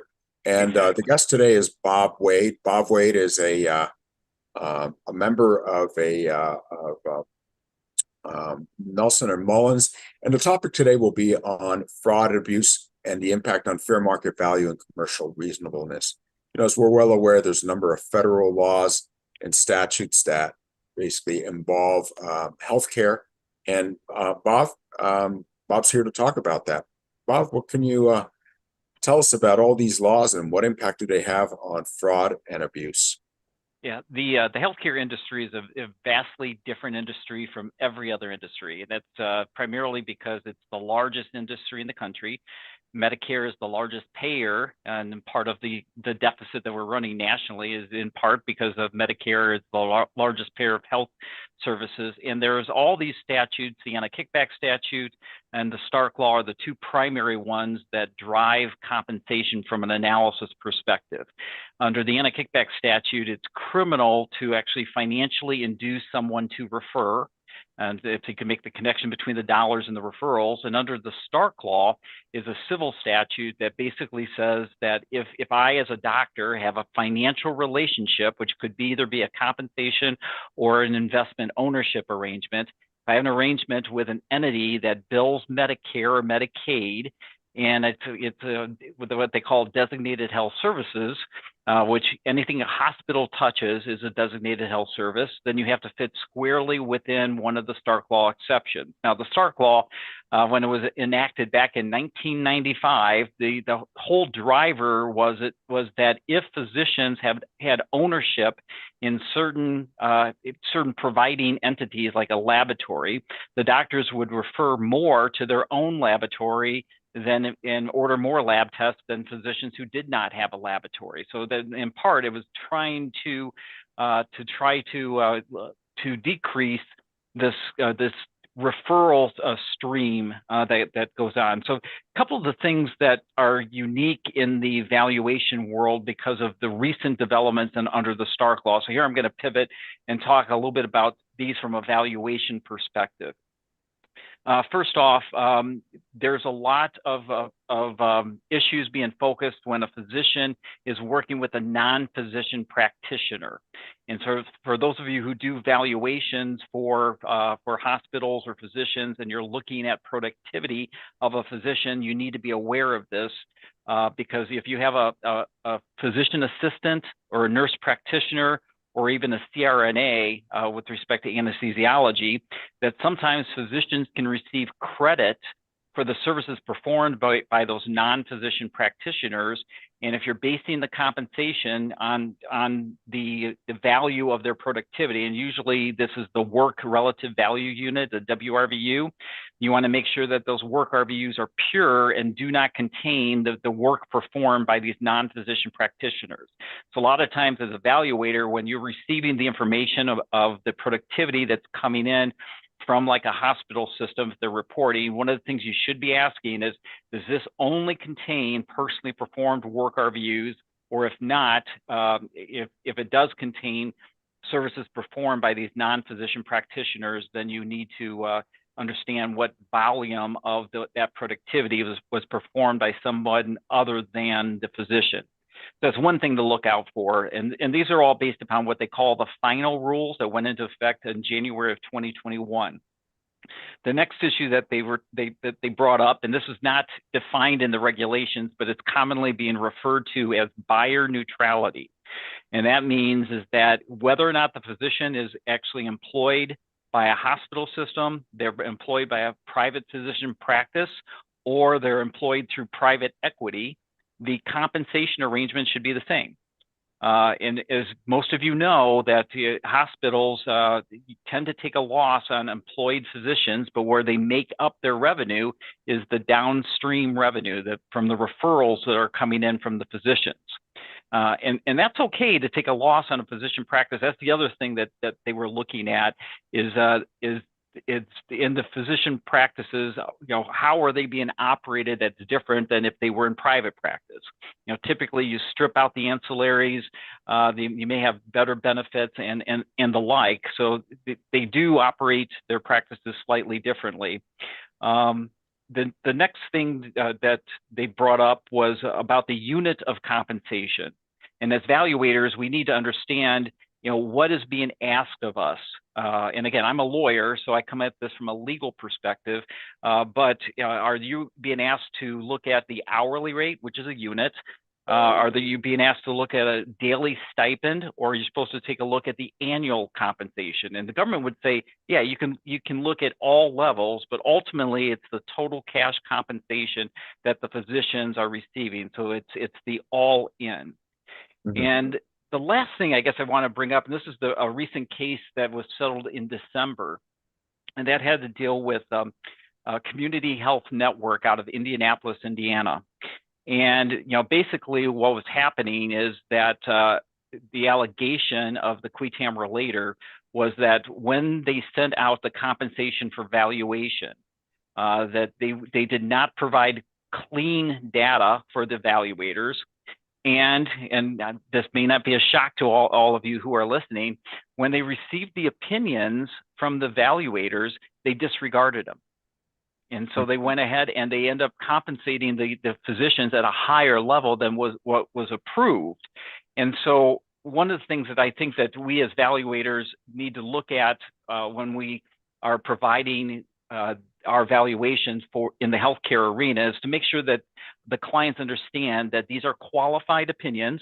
We're not providing an insurance policy for them. We're relying on the information, because I actually was involved in one case where they were the government was coming after the evaluator for the accuracy of the work RVUs being reported. And the evaluator basically said, that was not my job to look at the accuracy of how these physicians were documenting and how the hospital was billing and how the hospital was crediting the physicians with work RVUs. So make sure that as you're writing your opinions, that you're not owning the data that's coming to you, and you clearly state in your opinions that this opinion is materially relying on X, Y, and Z data that is coming in from the organization. And the last thing, since I know we're short on time, just to talk about is the volume and value issue. That there are two qualifiers. One is that you cannot determine a physician's compensation in any manner that's based upon the volume or value of referrals.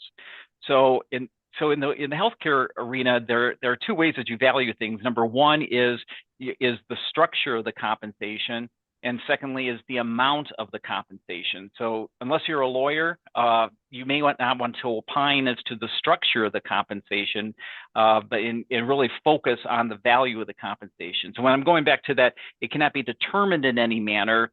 So let's say that you have two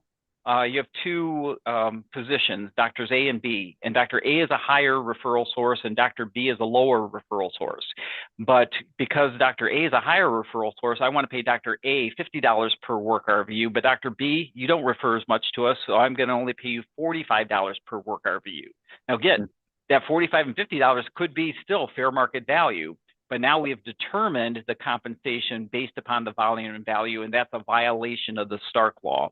And the other aspect is the varying with, and I've got a podcast episode that I talk about. This is coming out on Wednesday, where I talk about the varying with only occurs in a definitional issue, which I'm not going to go into now because of time.